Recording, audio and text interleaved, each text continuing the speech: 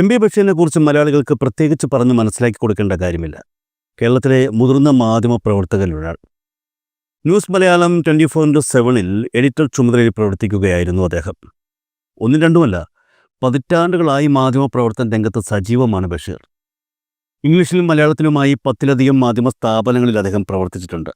Kairali TV, Deccan Herald, UNI, മാധ്യമം എന്നിവിടങ്ങളിലൊക്കെ അദ്ദേഹം പ്രവർത്തിച്ചു.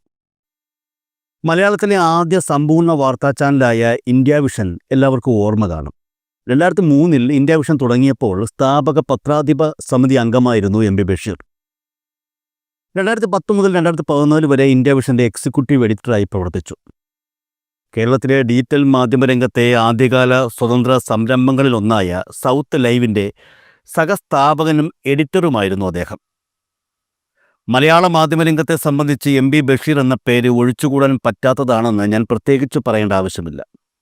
മൂന്നാറിലെ ഭൂമി കയ്യേറ്റം, ഐസ്ക്രീം പാർലർ കേസ്, CPM-ലെ വിഭാഗീയത, എൻഡോസൾഫാൻ ദുരന്തബാധിതരുടെ പ്രശ്നങ്ങൾ, ടൈറ്റാനിയം അഴിമതി കേസ്, കേരളത്തിലെ ആശുപത്രികൾ കേന്ദ്രീകരിച്ച് നടന്ന മരുന്ന് പരീക്ഷണങ്ങൾ തുടങ്ങിയ കഴിഞ്ഞ 2 പതിറ്റാണ്ടിനിടെ രാഷ്ട്രീയ കേരളത്തിൽ ശ്രദ്ധേയമായ വാർത്തകൾ ജനങ്ങളിലേക്ക് എത്തിക്കുന്നതിൽ പ്രധാന പങ്കുവഹിച്ച വ്യക്തി കൂടിയാണ് അദ്ദേഹം. ഐസ്ക്രീം പാർലർ കേസുമായി ബന്ധപ്പെട്ട എം.പി. ബഷീറിൻ്റെ റിപ്പോർട്ടുകളെ തുടർന്ന് കേരളത്തിൽ വലിയ രാഷ്ട്രീയ കോളിളക്കങ്ങൾ സംഭവിച്ചതൊക്കെ മാധ്യമ ചരിത്രത്തിലെ നിർണായക ഏടാണ്. ഒടുവിൽ കേസിൽ കുറ്റാരോപിതനായ മുസ്ലിം ലീഗ് നേതാവ് P.K. കുഞ്ഞാലിക്കുട്ടിക്ക് അദ്ദേഹത്തിന് മന്ത്രിസ്ഥാനം രാജിവയ്ക്കേണ്ടി വന്നതും നമുക്കറിയാം. 1999 കർണാടകയിലെ കരിങ്കൽ കോറികളിൽ ദളിത് തൊഴിലാളികളെ ചങ്ങലക്കിട്ട് അടിമപ്പണി ചെയ്യിപ്പിക്കുന്നത് പുറം ലോകത്തെ അറിയിച്ച ആളും അദ്ദേഹം തന്നെയാണ്.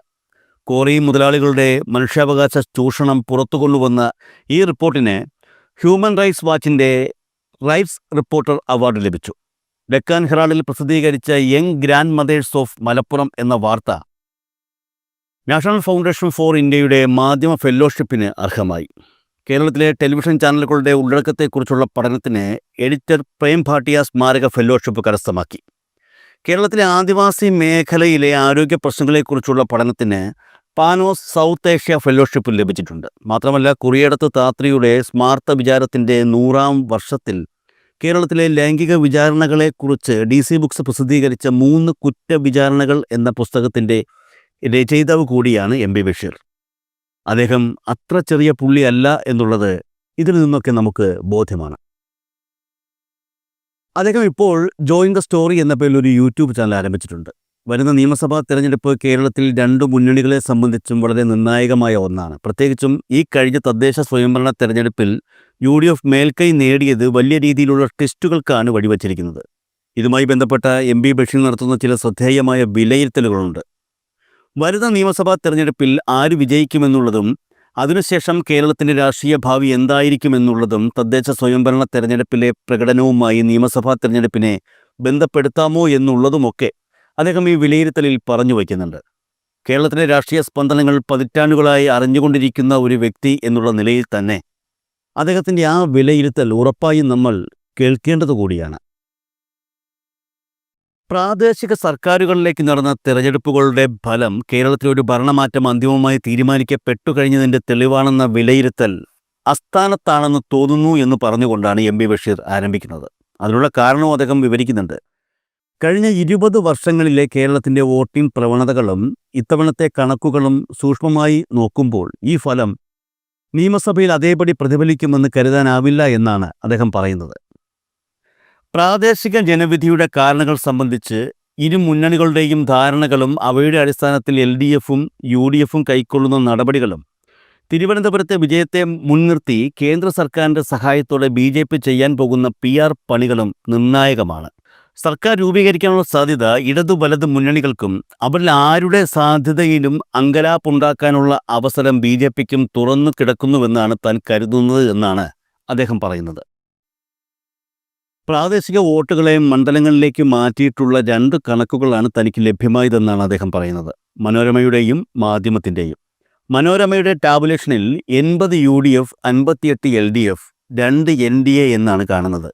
പരിഗണിച്ച വാർഡ് തലത്തിൻ്റെയോ മറ്റുള്ളവർ എന്ന ഇനത്തിൽ വന്ന വോട്ടുകളെ കണക്കാക്കിയതിലെ വ്യത്യാസമോ ചെറിയ ഏറ്റക്കുറച്ചിലിനു കാരണമാകാം. പക്ഷേ ഒരു കാര്യം ഉറപ്പാണ്, മുൻപൊരിക്കലും സംഭവിക്കാത്ത വിധത്തിൽ BJP വോട്ടുകൾ നിർണായകമാകും. 60 മണ്ഡലങ്ങളിൽ ബി ജെ പിക്ക് 20,000-അടുത്തോ അധികമോ വോട്ടുണ്ട്. കേരളത്തിൽ ബി ജെ പിക്ക് 30,000-ന് മേൽ വോട്ടുള്ള 33 മണ്ഡലങ്ങളുണ്ട്.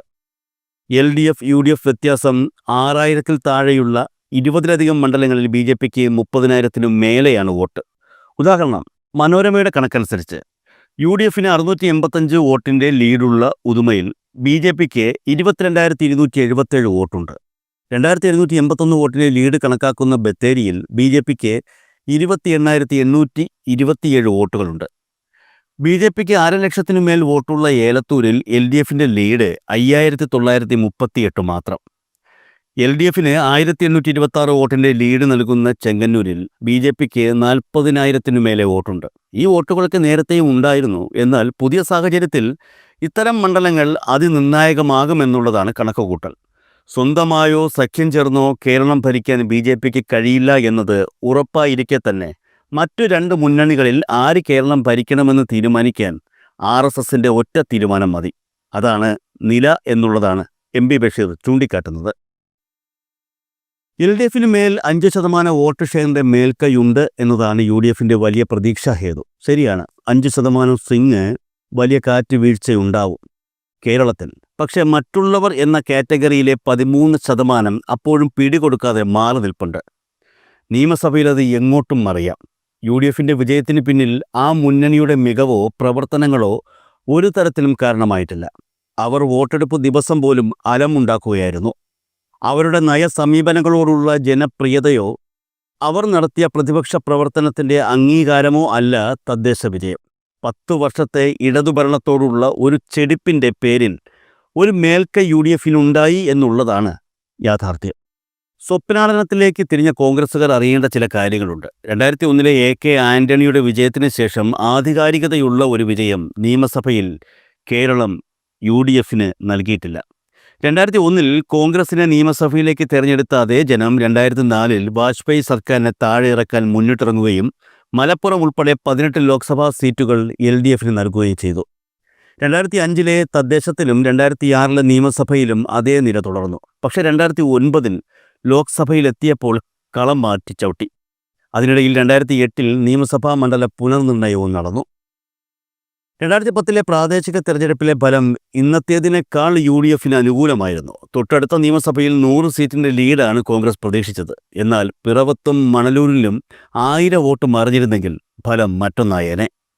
1000 വോട്ടിൻ്റെയും 2 സീറ്റിൻ്റെയും 1% വോട്ടിൻ്റെയും വ്യത്യാസത്തിലാണ് രണ്ടാം VS സർക്കാർ വരാതെ പോയത്. സീറ്റ് 72-68.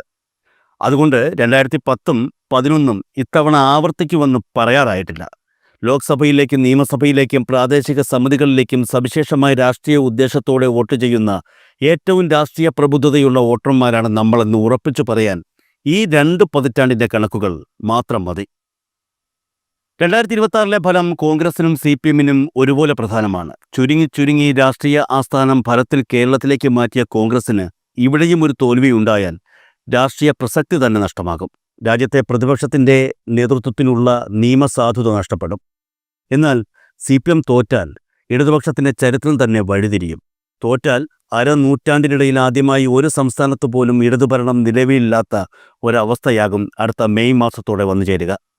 അതിനാൽ കേരളം ഇതുവരെ കണ്ടിട്ടില്ലാത്തത്ര വാശിയേറിയ മത്സരമാകും ഇപ്പോൾ നടക്കാനിരിക്കുന്നത്.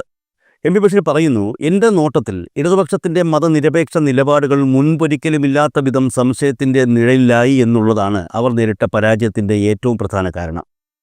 മുസ്ലിം ജനസാമാന്യത്തിൻ്റെ 1% പോലും പിന്തുണയില്ലാത്ത ജമാഅത്തെ ഇസ്ലാമിയെ അവരുടെ അനുവാദം നോക്കാതെ രാക്ഷസവൽക്കരിച്ചു. ജമാഅത്ത് എന്ന ശുഷ്കജീവി ഇത്രയുള്ളൂ എന്നറിയുന്ന മുസ്ലിം സമുദായം അത് തങ്ങൾക്കെതിരായ നിലപാടായി തന്നെ സംശയിച്ചു. അപരമത വിദ്വേഷം തെരുവിലാകെ തുപ്പി നടന്ന വെള്ളാപ്പള്ളി മുതലാളിയെ മുഖ്യമന്ത്രിയുടെ കാറിൽ കയറ്റി നവോത്ഥാനം നടപ്പാക്കിയപ്പോൾ അവർ അത് ഉറപ്പിച്ചു. എന്നാൽ ജമാഅത്തിനെ തെറിവിളിക്കലും വെള്ളാപ്പള്ളി മഹാത്മ്യവും വടക്ക് മുസ്ലിങ്ങളെ അകറ്റിയപ്പോൾ തെക്ക് ഹിന്ദു ഈഴവ വോട്ട് പകരം കിട്ടുമെന്ന കണക്കുകൂട്ടലുകൾ തന്നെ തെറ്റി. എവിടെ നിന്നോ വന്ന എന്നോ സംഭവിച്ച ഒരു തകിട് മോഷണത്തിൻ്റെ പേരിൽ UDFും BJPയും അഴിച്ചുവിട്ട വൻ പ്രചരണങ്ങളിൽ എല്ലാം തകിടം മറിഞ്ഞു.